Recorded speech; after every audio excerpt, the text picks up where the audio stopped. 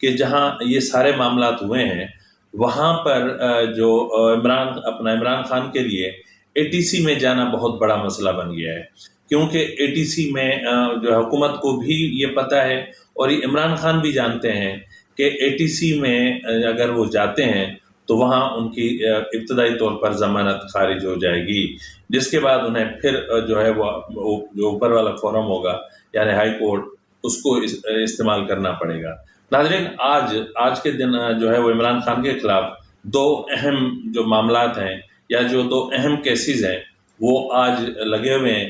پہلا کیس جو ہے وہ الیکشن کمیشن میں جو فارن فنڈنگ کیس میں ان کو شوکاز نوٹس جاری کیا گیا تھا، پہلے بھی کیا گیا، دوسرا بھی کیا گیا، تاہم دیکھنا یہ ہے کہ وہ آج الیکشن کمیشن میں پیش ہوتے ہیں یا ان کا وکیل جو ہے وہ جو الیکشن کمیشن نے ریکارڈ مانگا ہے اس سمیت پیش ہوتے ہیں یا نہیں ہوتے ہیں، اور اگر نہیں ہوتے تو کیا ہوگا۔ آج الیکشن کمیشن میں انتہائی اہم سماعت ہے۔ فارن فنڈنگ کیس کے حوالے سے جو شوکاز نوٹس جاری کیا گیا تھا، اس شوکاز نوٹس کے حوالے سے آج انتہائی اہم دن ہے، اور اگر عمران خان نہیں آتے یا جو ریکارڈ جو ان سے مانگا گیا ہے وہ پیش نہیں کیا جاتا تو پھر یہاں عمران خان کے لیے مشکلات پیدا ہو سکتی ہیں۔ اور دوسرا جو اس سے بھی بڑا کیس ہے وہ ہے اسلام آباد ہائی کورٹ کے جو ہے وہ لارجر بینچ میں، جہاں پہ ان کے خلاف توہین عدالت کے کیس کی کارروائی ہوگی۔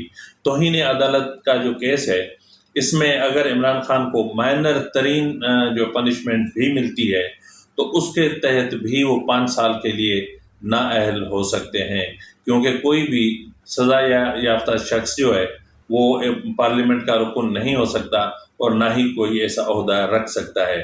تو ناظرین، اس کے علاوہ ہم بات کریں گے، آج میں دیکھ رہا تھا کوئی انڈین ایک آرمی کے آفیسر ہے، اس نے عمران خان کی طرف سے لسبیلا ہیلی کریش کے شہداء کے حوالے سے ان کے جو اپنا سوشل میڈیا جو سیل ہے اس نے شہداء کی توہین اور تضحیک کے حوالے سے جو مہم چلائی تھی، اس مہم کے حوالے سے وہ کیا کہہ رہے ہیں، وہ کس طرح مطلب وہ اس کو کس طرح کنڈیم کر رہے ہیں، ذرا آپ خود سن لیجئے۔ And I have lost all, not that I had much respect for Imran Khan earlier, but you know, وہ ٹھیک ہے 1992 winning World Cup winning captain تھا یہ سب. I have lost all. مجھے لگتا ہے یہ آدمی بالکل جیسے جس کو کہتے ہیں نا کہ کہنا نہیں چاہیے، ریویز ہو گئی ہے اس کو، ٹھیک ہے، اب یہ سب کو کاٹ رہا ہے، اور کسی طریقے سے میں گدی پہ بیٹھ جاؤں، چاہے پھر مجھے اپنے ملک میں آگ لگانی پڑے، مجھے اپنے ملک کو پھونکنا پڑے، اس کے 3 ٹکڑے کرنے پڑے، but I want to be in par. He does not realise it.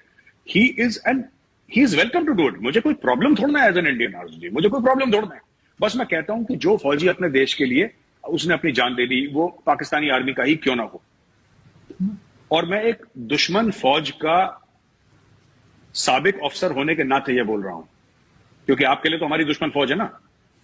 پھر بھی میں یہ کہہ رہا ہوں کہ اگر پاکستانی آرمی کا کوئی جنرل یا کوئی سپاہی اگر مارا جاتا ہے تو وہاں پہ ہماری اس کی دشمنی ختم ہو جاتی ہے. بالکل. ایک مرے آدمی سے کیا دشمنی کرنی ہے آپ نے؟ تو یہ لوگ یہ مرے ہوئے آدمی سے دشمنی کرتے ہیں یہ لوگ. کیونکہ پہلے بھی پاکستان آرمی کے خلاف جو ہے پولیٹیشین جس کو بھی نکالا جائے وہ بولا کرتے تھے، لیکن اس لیول پہ بات ہم نے کبھی سنی نہیں جو اب عمران خان اور ان کی پارٹی کے لوگ کر رہے ہیں، اور خاص طور پہ شہباز گل. نہیں آرزو جی، دیکھیے 2 چیزیں ہیں. نواز شریف نے بھی خوب گالی دی ہیں پاکستانی فوج کو، زرداری نے بھی خوب گالیاں دی پاکستان. آپ دیں گالی پاکستانی فوج کو نا، that is your internal matter, وہ پاکستانیوں کا اندر کا مسئلہ. I have no opinion on this. میرا صرف ایک چیز کا یہ ہے کہ آپ جو بندہ اپنے فرض کے اوپر نچھاور ہو گیا، میں ان 6 لوگوں کی بات کر رہا ہوں انکلوڈنگ کور کمانڈر 12 کور جو ہیلی کاپٹر کریش میں مارے گئے، جو بندہ اپنے فرض کے اوپر نچھاور ہو گیا، آپ اس کو گالی نہیں آپ کو دینی چاہیے. میں یہ پوائنٹ کہہ رہا ہوں. باقی آپ کو پاکستانی فوج کو اندر سے کمزور کرنا ہے نہیں کرنا ہے وہ آپ کا ہیڈیک ہے، آپ روز کرو اندر سے کمزور. لیکن جو بندے نے دیش کے لیے جان اپنی دے دی ہے، دیکھیے آرزو جی، پہلی بات تو بڑا گھٹیا سٹیٹمنٹ ہے، ٹھیک ہے، بہت ہی گھٹیا سٹیٹمنٹ ہے، اور صرف ایک گھٹیا دماغ اور ایک گھٹیا آدمی ایسی بات کر سکتا ہے، ٹھیک ہے. اگر یہ بات شہباز گل کے منہ سے نکلی ہے تو وہ گھٹیا ہے، اور اگر عمران خان نے اسکرپٹ نکالی ہے تو وہ گھٹیا ہے، ٹھیک ہے. پاکستانی فوج ہماری دشمن ہے، اور اگر ہمیں